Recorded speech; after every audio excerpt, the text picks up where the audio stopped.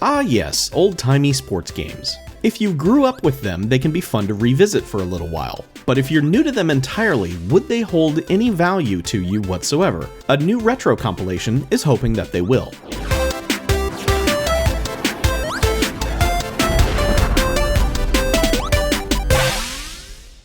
Accolade was a video game company founded by some former Atari developers in the mid-1980s, and then at one point in the 1990s, both Accolade and Atari were owned by the same company. That company later sold Accolade, which was then sold again later, and now that Atari is its own company again, it purchased the rights to Accolade's library in 2023. Make sense? Good. The Accolade Sports Collection takes 5 vintage sports games from the 1990s and bundles them for play on current consoles and PC. It is a bare-bones release with zero context for why you should care about these games. You get transcribed manuals updated with the current control information, save states, a rewind feature, and that's it. It's only $20, which is a plus, and it will probably go on sale from time to time for $10 to $12 or so. In fact, it's a couple of bucks off right now at launch on Switch if you're so inclined. But hear me out first. A retro collection of sports games is going to be a hard sell for most people. Fans of genres like shoot 'em ups and RPGs can still go back and play earlier entries in those categories, because while there have been graphical and quality of life improvements over the years, you can still easily enjoy the stories and mechanics of earlier games. But older games based on annual professional sports leagues, like baseball for example, are not going to hold much value since the technology has progressed so dramatically and there are dozens and dozens of more modern options available if you want to play some realistic or arcadey video baseball. There's a swing and a miss. Unless of course you have nostalgia for some of these particular old sports games that maybe you owned or played a lot when you were younger, which is the case for me with the first game in this collection. Hardball was a very popular baseball franchise from the 80s and 90s, and it's the Sega Genesis version of the game from 1991 that's presented here. It's a port of the Commodore 64 game that was originally released in 1985. Now, Hardball was my Sega Genesis baseball game. I never had Tommy Lasorda baseball because I was still perfectly fine playing Baseball Stars on my NES, which I kept. But after a couple of years at looking at screenshots and magazines, the urge to upgrade to 16-bit baseball got the better of me. And I think that worked out fine because I played the heck out of this. It's easy to grasp Hardball's controls. You're aiming your pitches and where you swing the bat with the D-pad. The music quickly gets repetitive, but the sounds of the game are solid. I really like the sound that they used for when the bat hits the ball. It's very satisfying. Third base. Left field. Also, just to note, Hardball doesn't use real teams or players, just the actual cities where North American teams were located at the time. No Major League license, no Players Association license, none of that. See, I have things to say and time to play original Hardball, because I'm familiar with it, and it reminds me of good times with my Sega Genesis, but sadly, the other 4 games here are new to me.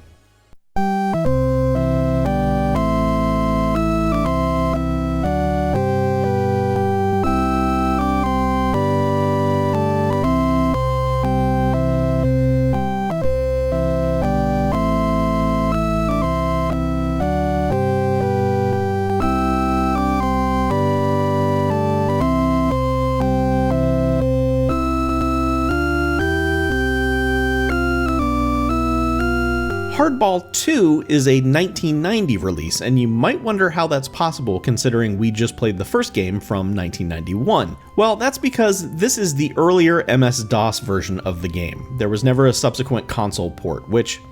Has there been DOS emulation on current consoles before? It seems like an interesting milestone if this is the first case of it. But yeah, there was never a console port of Hardball 2, and as such, this gives you a good look at what the computer versions of those games were like.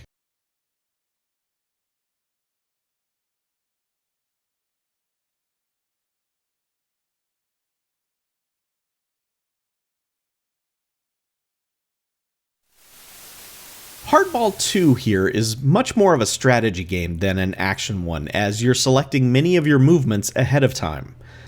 The Hardball games would struggle with this balance for the rest of the series. I played a couple of innings of this and really can't see myself ever playing more of it.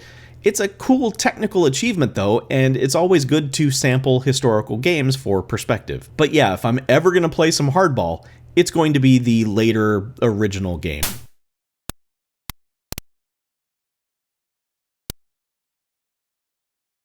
Oh, and enjoy a Don Matrick jump scare when the game credits appear on screen. This is Hoops! Aloha!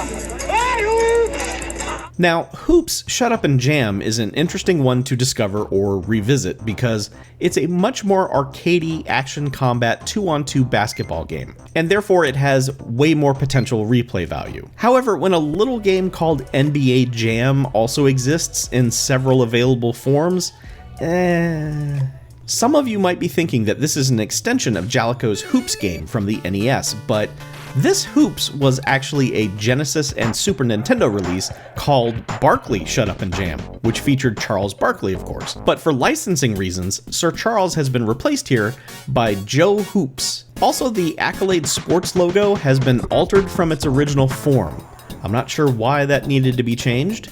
I don't follow basketball, so I'm very unfamiliar with the rulebook. However, when I'm going for a shot and the opponent blocks it and gets called for goaltending, I'm not at all sure why the result is that they are awarded the ball. Is that a glitch in this game, or is that how basketball really works? Because that seems like committing pass interference to intercept the ball in football, and the result is that the team that committed the offense gets to keep the ball. Again, I don't know how basketball works. The two Olympic simulations also have some potential replay value for newcomers because there aren't a ton of these, and often they all play completely differently, with different events and rule sets and control schemes. Both Winter Challenge and Summer Challenge were MS-DOS and Sega Genesis releases, but here we only get the Genesis games. You will absolutely need to read the included digital manuals for these because, and all Olympic-style games are guilty of this, there's always some weird, counterintuitive control scheme to whichever event that you're playing. Whether it's joystick waggling or button mashing or some kind of required rhythmic input, you're always going to need to do something you wouldn't expect to make your digital athlete go faster. I thought I was controlling the bobsled and luge events perfectly, for example, but then I would finish dead last in each event. So clearly your instincts on how to control these events will be wrong, and in that case, I'm glad that the digital manuals are included.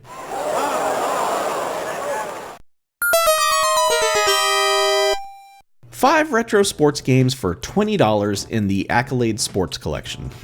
Well, there are plenty more Accolade sports games that could have been included here for a more robust package, but $4 per game isn't a terrible deal. But while I always appreciate retro collections and am on board for pretty much any and all of them, the lack of historical context for any of these games is a bit of a letdown. I don't necessarily need an Atari 50 style presentation, but something, anything. Hardball was a huge franchise for a time.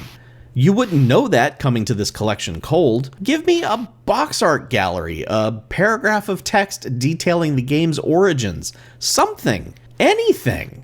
And while I'll always support new ways to play old games, the fact that some of these games are altered from their original form, understandably necessary, but still, it hurts the game preservationist in me. But anyway, look, personally, I have no problem adding this game to my library, and you've heard my thoughts on why retro sports games might be a tough sell, but what do you think? Are you into this?